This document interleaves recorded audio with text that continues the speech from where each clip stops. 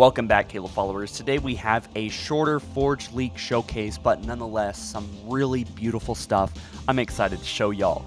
The first one, right off the bat, is some of the best work I've seen in Forge, period, ever, throughout Halo's history, ever. I believe Paimon here is actually trying to create prefab, something that we will be able to see in the final version of Forge. Now, I'm hearing that right now it is possible to save Forge creations. I don't know if they're going to work in the final version of the game, but at least these guys can keep working on their beautiful creations and kind of really fully experiment with the tools.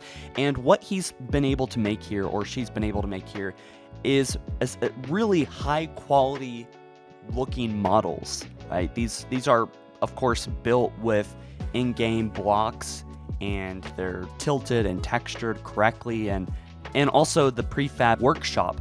Just like in Halo 5, I believe that there's going to be prefabs available in Halo 5's Forge, where we will be able to search things and download models, quote models, or people's scripts and stuff like that, and easily be able to import them right there on the spot in Forge, just like Halo 5's did.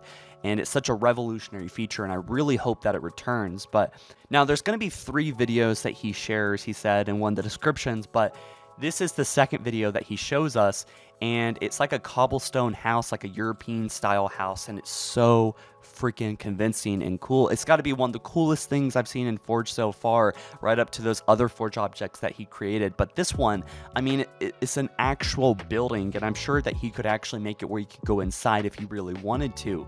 And the assets available to us in Forge make things like this possible, right? You can make your own whole villages. Keep in mind, at the end of this video, he has a 5% budget. So if you take those other models that we saw first, as well as this house, and times it by 20, that's how big the budget is in Halo Infinite, at least on Behemoth and not the blank canvas. Hopefully we get more on the blank canvas, but some very professional done work here. I love the wood, I love the stone, I love all the texture work. It really goes to show that Forge can look mind-blowing. Dan Bridley Art is working on a pit remake, and he says that this is only 10% of the budget, right? There's a lot of room to make things good. Infinite Forge has suggested on Twitter if he could, you know, maybe clean it up a little bit. But yeah, there's not really a whole lot of detail or finalization in this, and I'm really excited to see how it ends up looking.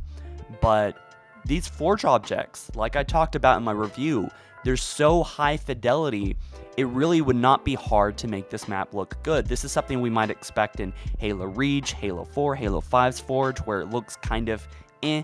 There are so many high fidelity models made specifically with Forge and for Forgers in mind by 343 that this map will look legit, and I want to keep a tab on it. So look at it right now, notice the quality right now. It's nothing to be too excited about, but as this map is developed, I'm going to be covering it because I think the scaling is perfect. All he needs now is some detail. Artifice created a companion bot in Halo Infinite's Forge.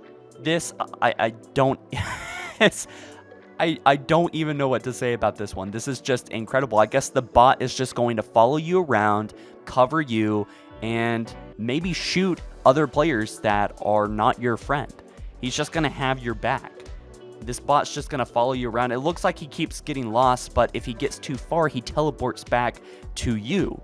And he jumps in your turret right away. He's just got your back. Artifice also created a gun that fires bots, which makes me think potentially, are we going to be able to fire models, and what kind of implications does this have and possibilities could this, you know, open up for Forge and custom games? I mean, there's so many things you can do with this, and if we're gonna be able to spawn bots or press buttons to spawn bots, I mean, really, there is so much potential here. I just want to see AI like Banished AI, Jackals, and Elites, and so on. That's really the only thing Forge needs at this point. ZMods is back at it again with some crazy concepts. This time, it is the Blender.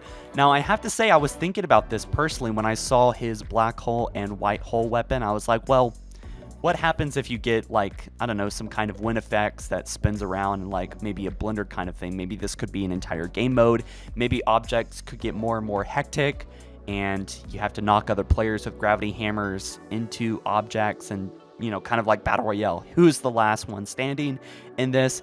And just some food for thought. It seems like there's a lot of custom game possibilities where you don't even need other players, like Red Light, Green Light from Squid Games, and this. There is just, and also think about bots too. You can play custom games with bots if you code them the right way. I can confirm that I did see that when I was looking at Forge, playing Forge myself in this recent co-op build, that there is nav meshes that will help bots understand Forge objects and your Forge games, and maybe there will even be ways to understand objectives and influence bots in a certain way on certain parts of the map or on modes in general so they can play along with custom games. Bishu Talks created a rather intense obstacle course where you need to know all the advanced movements in Halo Infinite's movement system.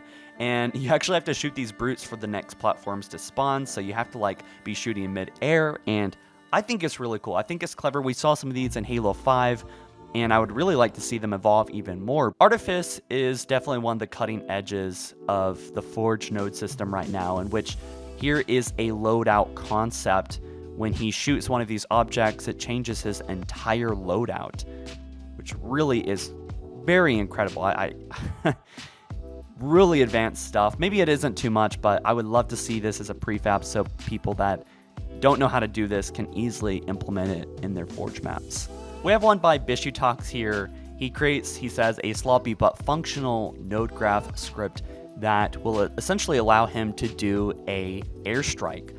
This is really cool. It doesn't look super great right now because it's just a mongoose flying through the sky, but maybe you can imagine the possibilities here. Maybe you can turn the mongoose's firing function up like 10 times faster, and then that way attach it to a saber. It'll look like an actual airstrike. Maybe hide the player, hide the mongoose. It could look really, really cool and invite for some really awesome possibilities in custom games. After playing Forge myself, I can definitely appreciate all these things being done. It's definitely not easy, and there is a bit of a learning curve to these more advanced techniques and models that people are basically making in Forge, but this is something that Halo Infinite really needs. And as I said in my other video, I think the only thing that I am concerned about isn't even really Forge itself, but rather custom games and lack of modes, right? Custom games needs to be polished. It's kind of dysfunctional at times and doesn't really work the way it's supposed to, and there's not enough modes. Things like VIP, Assault, and Infection, of course, for any of this stuff to really even matter.